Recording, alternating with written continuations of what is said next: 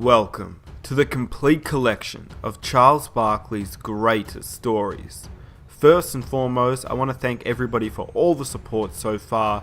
This is a new episode, a fresh episode, and a long episode. Thank you to all of those who commented on the last episode and said that you wanted to see Charles Barkley. Here are a few comments on the last episode, and to be featured on the next episode, comment down below which player you would like to see next. If you have been enjoying this series, it would really mean a lot to me if you could quickly hit that like button. It takes 2 seconds and it really does help get the videos out there.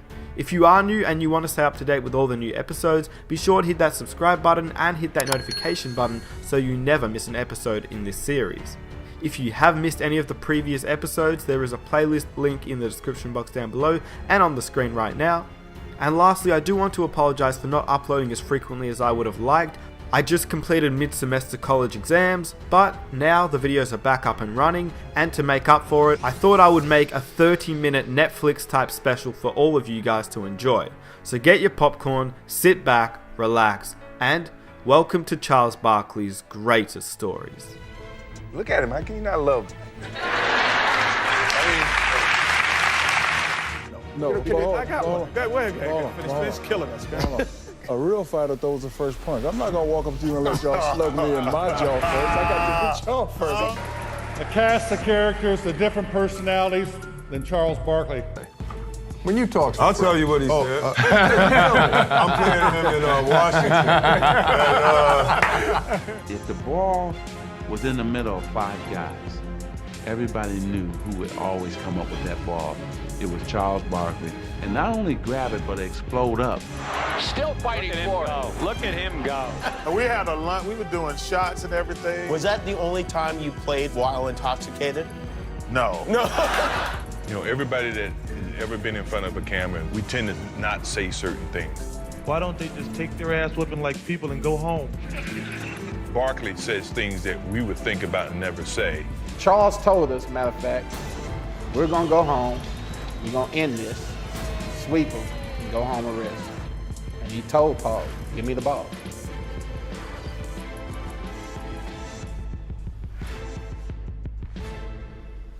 it was an even worse poster. Hey, but I gotta tell you, the first time he dunked on me was in college.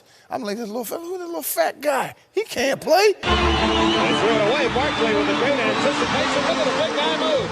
Bingo and a foul. Well, when I first saw Charles, I looked at this, I said, this big guy. This big guy can't play. And he dunked him. And I looked at this guy like, how can this big guy put all this weight in the air? He goes up, boom. I'm like, hey, he's pretty good. in the Georgia-Auburn, Georgia-Auburn rivalry. America, it's either A, get dunked on, B, get a finger or arm broken, or smile on camera. That's it. My agent says, hey, you know, we need to talk about this sub-6 situation. I said, what's the situation? He says, you know, they have a hard cap in the NBA, and you're going to have to get like the minimum, 1 year, $75,000. I said, I didn't leave college for $75,000. I think you weighed 284 pounds before the 76ers drafted you. And they wanted 300. Okay, and they wanted you to at least, I heard, get down to 275 before the draft. You end up getting down to 272 pounds, and then what happens?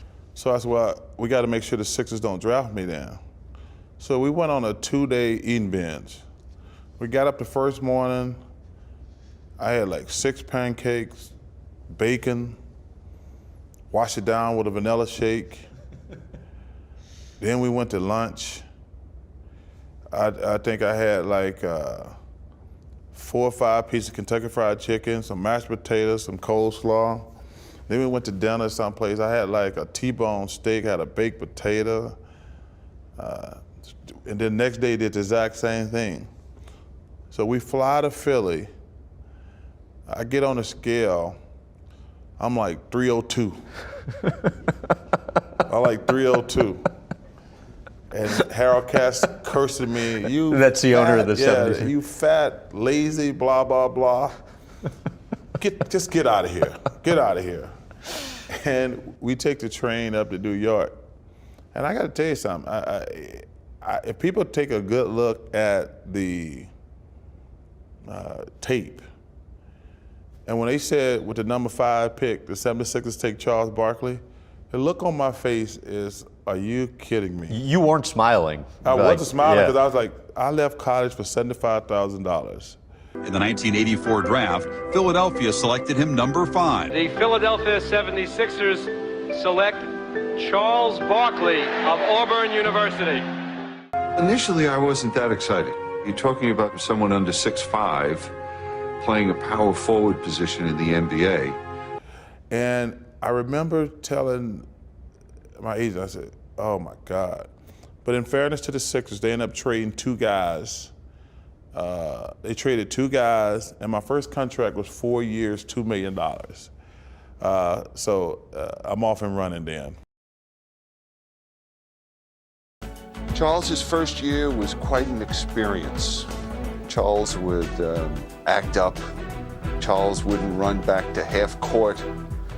Charles was very difficult, to say the least. When I walked in that locker room the first day, I was on cloud 9. But also, I couldn't decide, should I call him Dr. J, Mr. Irving, or what? And now he made it easy for me. He came up to me the first day and said, hey, I'm Doc. And that was it. With Moses and myself, I mean, I think he really looked up to us because we were already established. Yeah. And, you know, the thing that most people don't understand, the biggest influence in my basketball career has been Moses Malone. And I pulled Moses aside, and I said, Moses, why am I not getting to play? And Moses, you know, he's really brutal. He said, you fat and you lazy, young fellow. You fat and you lazy. I'm like, oh, I'm fat and I'm lazy. He said, you need to lose some weight. He says, you want to work hard, I'll help you, Big Mo, I'll help you. You could see that Charles wanted to be great, but he didn't want to work at it. So I said, Charles, you know, things you got to do, it's not going to come easy because right now you're into pro ball, you got a lot of great athletes. So what you got to do, get the attitude and get mean and get aggressive and come play every night. And he was great. And I think at that time I was like 290. He says, I want you to lose 10 pounds. So I lose 10 pounds, I'm 280. He said, I want you to get to 270 now. I get to 270, and now I'm like, okay, you can tell I'm in shape now, and I'm getting to play. He says, get to 260. At this point, I'm starting to really start to kick some butt. I'm starting to play well. You can play, obviously, extended periods of time. And he says, I want you to get to 250.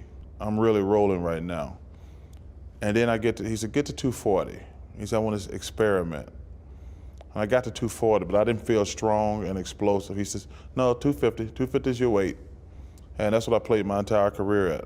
And it was a lot of yes, sir, no, sir, whatever. It quickly changed from get out my way. Right. Move, bitch, get out the way. But he does recall and recount those years that we played together. And we had a lot of fun.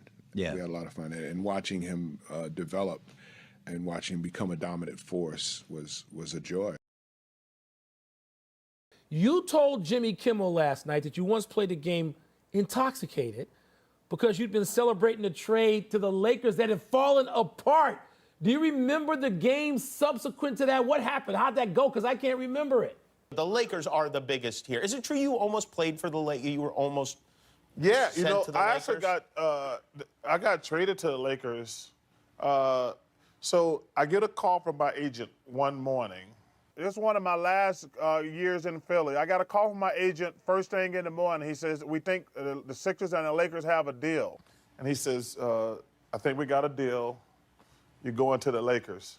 So me and 2 of my boys, this is about 11:30 during the day. And what year is this? I want to say 90 somewhere, late 80s. So you're in Philly? Yeah. Okay. And I was so excited. And he says, I said, the deal done? He says, yes, the deal is done. So me and my boys went out to celebrate. We started getting drunk in the middle of the day. I was so excited.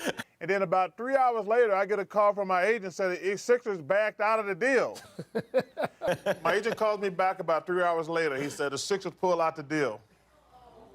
And we got a game that night. I don't remember anything about that game.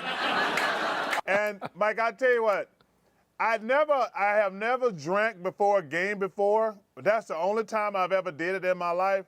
I don't even remember the game. I don't even know if I played good or bad or who we played. It was in Philly, and it was before the year I got traded. Did you hit double figures that night? I don't remember. You once played a game intoxicated. This is one of my last years in Philly. It was in Philly, and it was before the year I got traded. I get a call from my agent, and he says, I think we got a deal. You're going to the Lakers.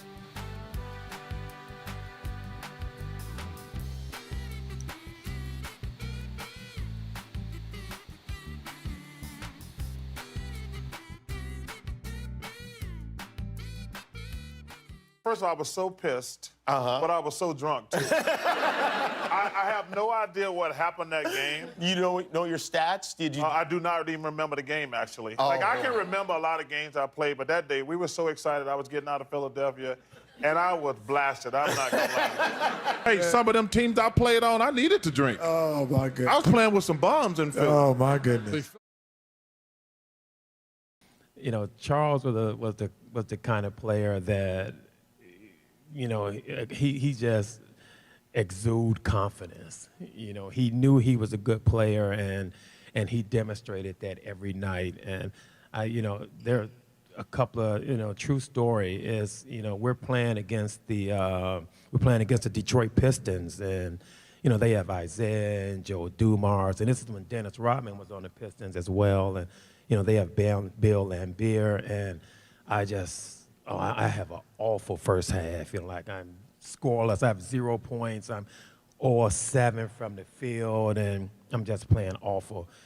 And coming out the second half, Charles literally grabs me by my collar, by my jersey, and grabs me sort of close to him. And then, you know, I can't say exactly what he says, but it's more like, you know, get your crap together. You know, you're too good to be, you know, scoring 0 points and, you know, out there playing like, you know, so I'm like, holy crap, you know, what's going on? And, you know, that alone to say, you know, I had a great second half, but, you know, but he had faith in me and the confidence that, you know, he knew he was the #1 player on the team, and he was like, you know, you're #2. You know, I need you to go out there and score and be my #2. And he made sure every night that I was prepared and ready to play. So I owe a lot to Charles. What was it like, truthfully, playing against Charles Barkley? One moment that I can pick with Charles, we were playing Philly in the playoffs. And I guess I got into a hot rhythm, and I had about 40-some points. Years. Jordan does what he just did to rookies and veterans alike. And Michael Jordan. He's playing against a guy who is a great rebounder. His job is not right. And B.J. Armstrong, the 5 for Chicago. But Charles is yelling. I can hear him yelling in the huddle. So I'm like, who's going to guard this guy? Somebody's got to guard this guy. That's all right. I guard this guy. Jordan. And a matchup, Charles Barkley defending Jordan. So I go in and we're playing, and we got into a switch. And Charles jumps out and guards me. And yeah, I never known Charles as a defensive stopper. So the first thing he does, he breaks down in this defensive position with hands up. Everything looks technically right. And I just laugh. I say, when the hell are you going to start playing defense? And who taught you how to get in a defensive stance? And I had to pass it. But that's the type of guy. He would take on a challenge, even though he was not up to the challenge. He didn't care. And that's just him. Give me an example, Charles, what you would say. What one of the guys was saying? No, what you would say. When you talk, I'll tell you what he said. I'm playing him in Washington. I'm playing him in Washington, and he's a little older. I think you know, it was maybe 4 more years in his career, but you know, and I foul him, and I get away with it, come back down, and the next time, you know, he's going off at the ref. He fouled me, and I'm like, I ain't fouling him. He over there crying. And the ref, he's like, he looked at the ref, he's like, I scored 24,000 points or something. I scored 20,000 points right here in this position. You gonna tell me he ain't fouled me?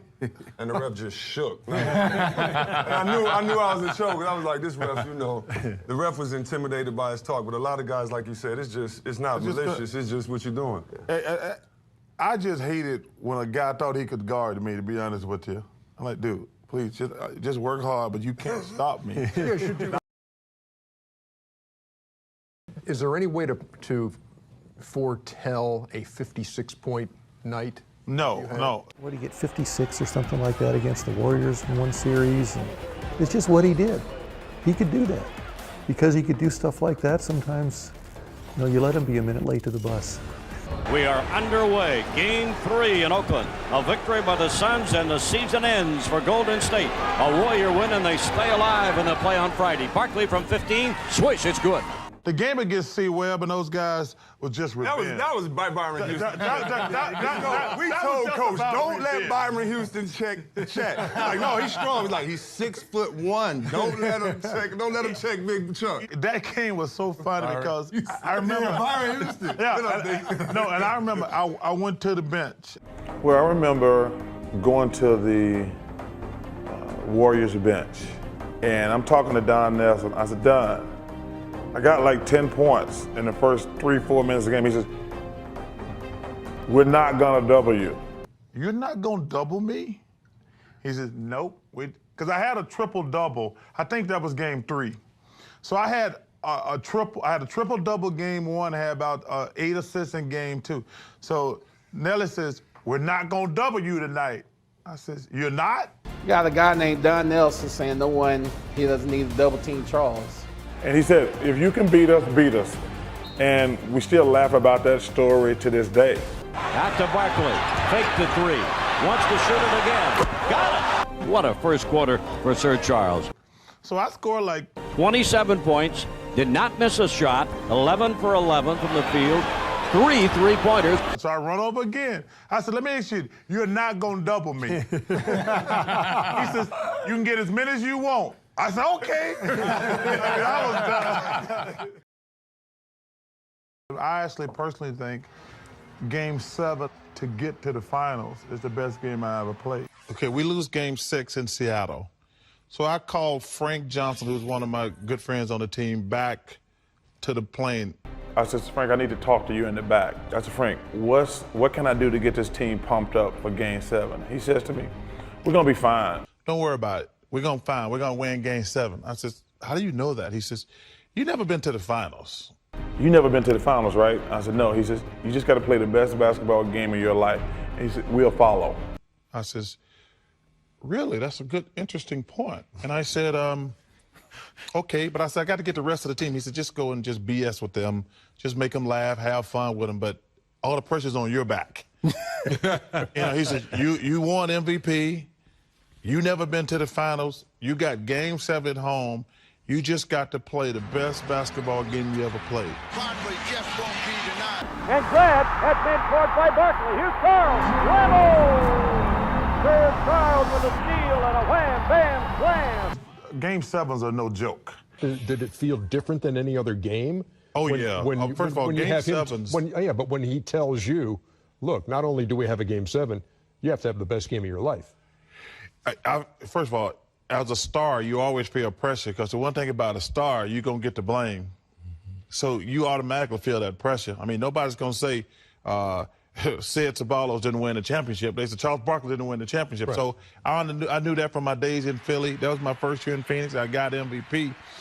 And so I was ready for the game, but I was trying to just get the team. I said, guys, let's go. We're good.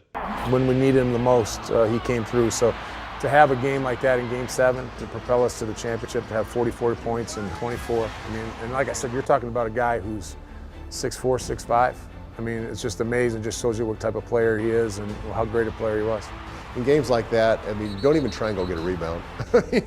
I mean, don't even try and go get a rebound because he's going to knock you down and throw his out. Yeah, you probably get elbowed by Charles. It sounds crazy to say it, but when Charles did stuff like that, it didn't even surprise me. The guy had that gear that he would do whatever he had to do.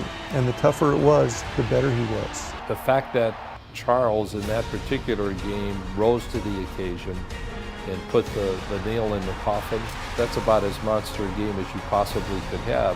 It's over. The Suns win. The Suns win. They're the Western Conference champions. And they move on to play the defending world champion Chicago Bulls for all the marbles. Pretty good. It's a very lukewarm, very lukewarm reaction from Shaq. 44-24. But so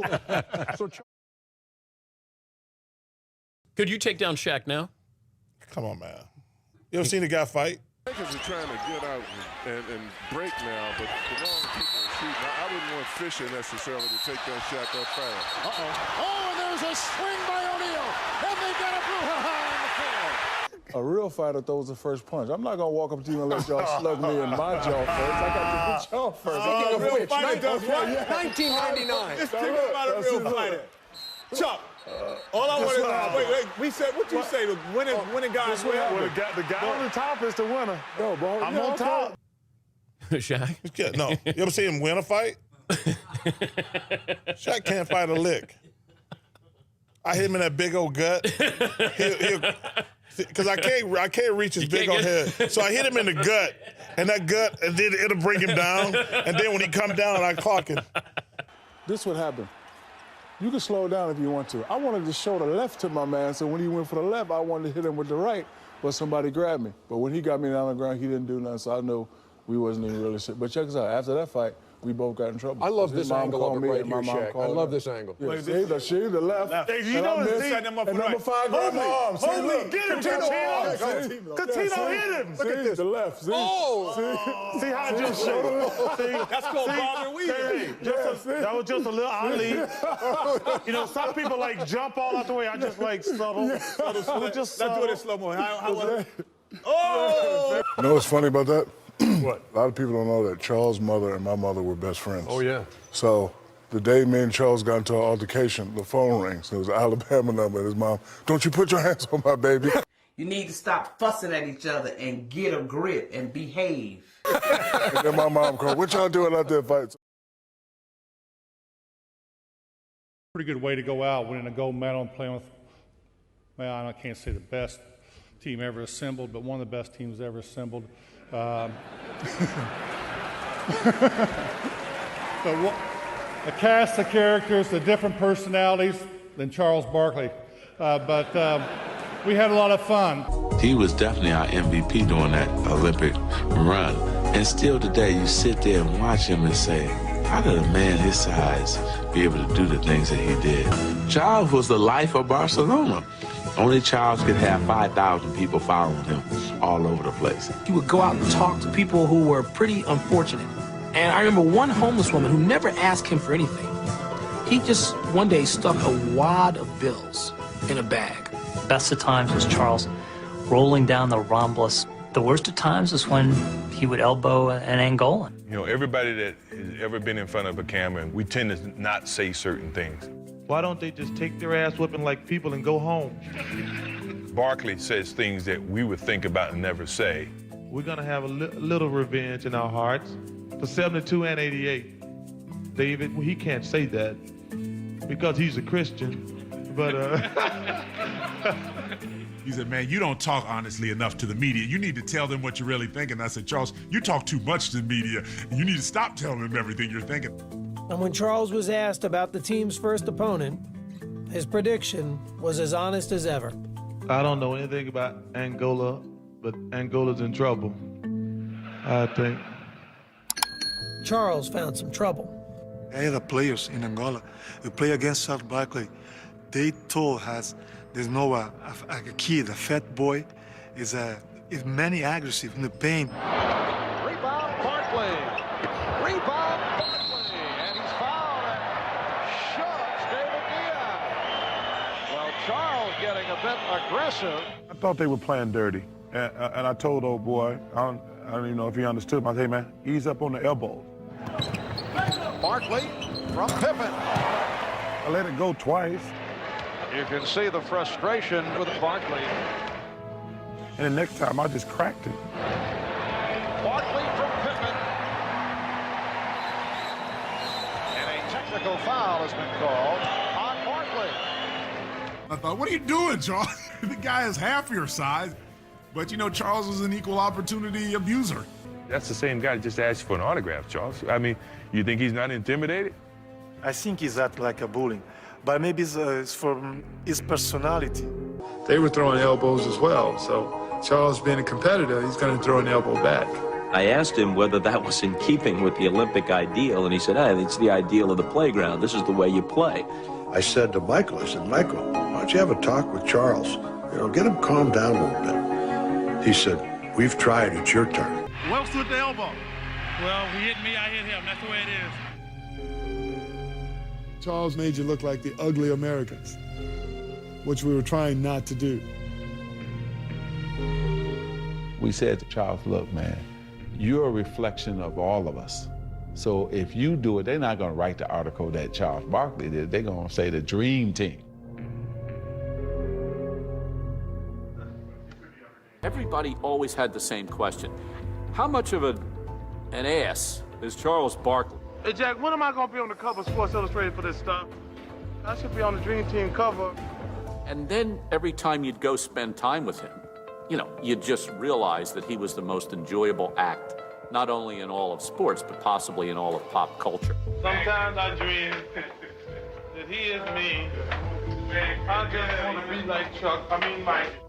So Barkley strolled Los Ramblas, a man of the people if ever there was one.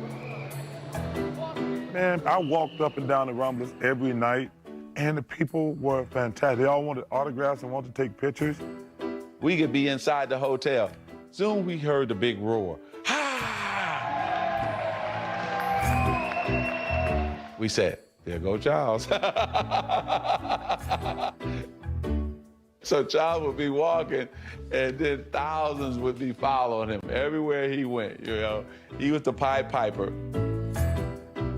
Charles would go over to the village and find the Angolan players and hang out along the Ramblas at night. He was the most memorable person of the 1992 Olympics. Because Ernie has all the notes, and he has everything in order, and Charles is new. You want a game break? He's like, what's those? I'm like, those is notes. He just keeps them there to make sure everything's in order. It's the format for the post-game show with a couple of notes written in it, so we're going to go from here to here to here to here to here. And I realized he didn't know what it was and how important it was. And I egged him. I said, I bet you wouldn't take those from Ernie. And he's like, I won't even take them. I'll rip them up. And so now I go, oh, he definitely don't know how important these are. And so now Ernie hears us. He says, Charles, don't play. Don't even think about it. Don't think about it. This is don't do it. So I was like, well, you're not gonna really. I thought he was gonna do one of these, then fake it. So Charles takes it and he rips it up, right? He was mad. Oh no, wait. Ernie, God bless, is the most Christian man I know. That shit wasn't funny. And he didn't speak to us the rest of the show. And the first time I was scared. I was like, Ernie's might swing on me, because he was like, you started it, because you gave him the notes. I was like, I started doing this. And so I just froze him out of the next segment. He came back, because I was ready to, I had a cup of coffee. I was ready to throw a cup of coffee in his face. I was the first time I heard him curse. I was hot, man. Ever. Because internally, I was just crying, because I had never heard him curse. I won't ever do that again. No. Because you know what that did to me in that moment? It was that these guys don't respect what I do. That's what that said to me. I've been working on this, on this show. No, I've been working on this show. You call yourself the MVP of the star of the league. Every player that's sitting here, that was considered that, have done that. Every player that, in the past have done that. Wait, time out. Look, man, you gotta get this dude some no-nos over there. I was trying to get you. He's tired, man. It's called the itis, already. This is called the itis. This was. He got the itis. This was moments ago. This dude got the itis. We were having our discussion on LeBron James, and Charles, what's going on here? I'm tired, man. Whoops. Nice. Hey, how's your manicure, Chuck?